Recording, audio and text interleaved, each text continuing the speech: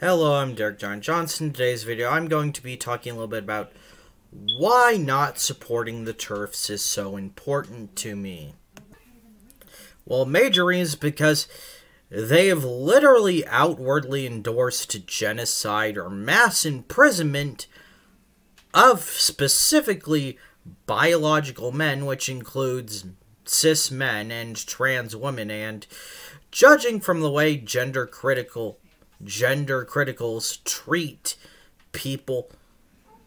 treat cis women who look a bit too manly for their taste, I'm gonna assume they'd probably gather up cis women for that too.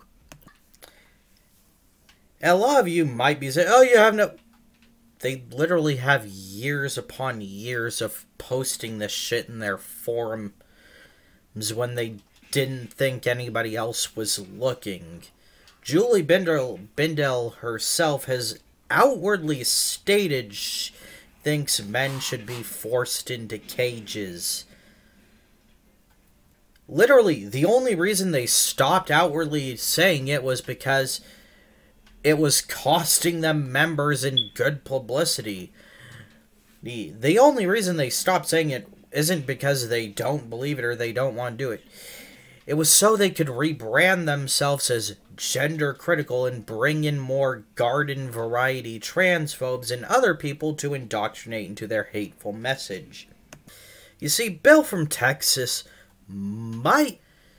probably would be cool with restricting his daughter's rights to force her to live as his son, and is probably more than upset and willing to work with people who want to tell him that it's somebody else's fault that his daughter is now his daughter.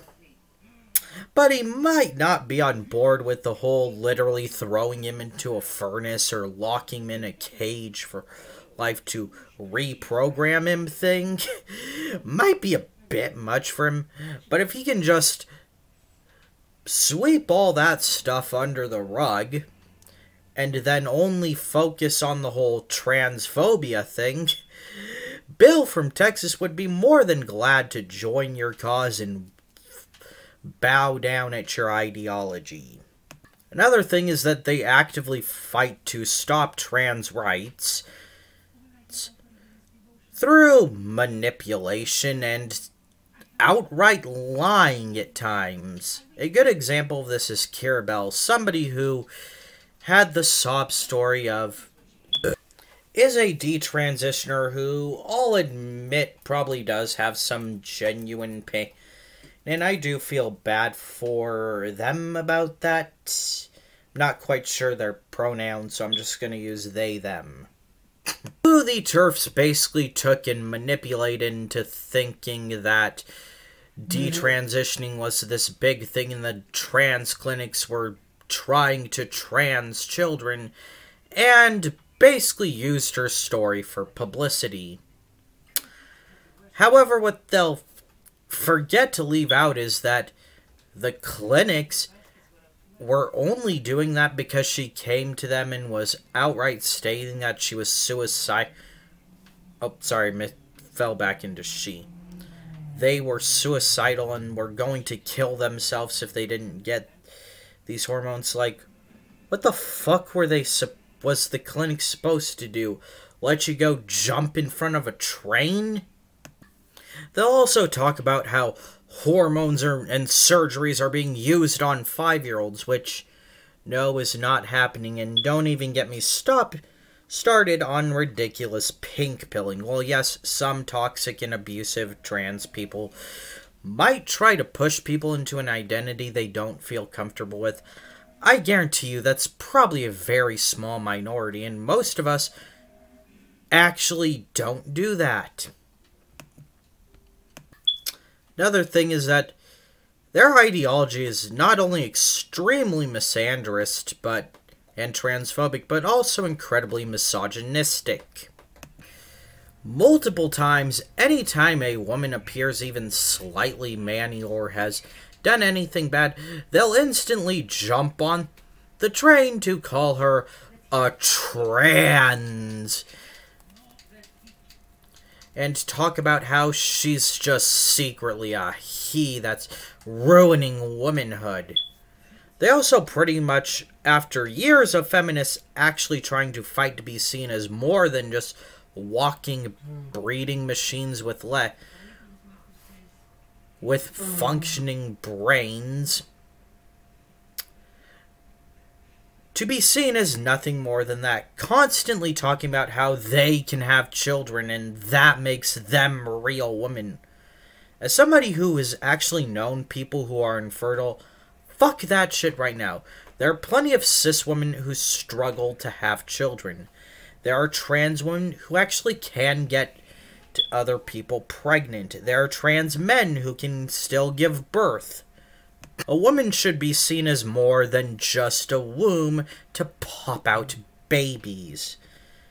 So that is an outdated and offensive patriarchal idea that these fucking bigots are so desperate to exclude trans people and just pile pure amounts of putrid hate onto them, that they're willing to just blindly stick by that idea.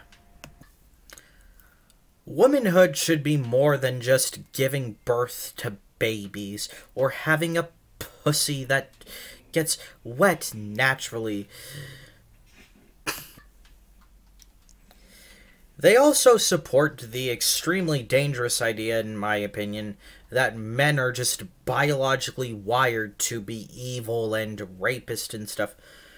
No, they are not. There's literally been never any proof of that outside of TERFs just believing it, and sorry, but a cult believing something doesn't magically make it true.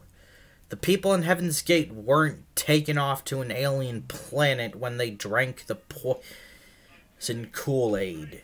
Yes, women are statistically more likely to be murdered, raped, or just out and out hurt by men, and many women do experience everyday misogyny from men. And you know what? These are genuine problems that do need to be fixed. But blaming this biological misandrous bullshit is just not helping anyone or actually fixing the goddamn problem. No, it's literally just a way for them to take advantage of bad situations to push their dangerous ideas. That's about it, but in closing, I just want to offer this one little message. If you are a TERF who's stumbled upon this, why? Why do you continue to stick with these people?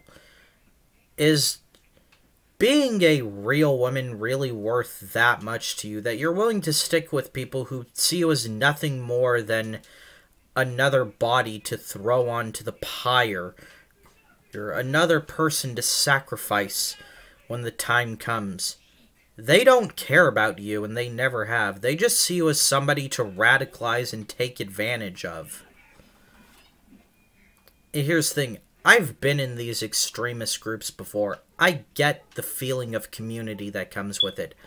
I get it can be tough to break out, but it's worth it.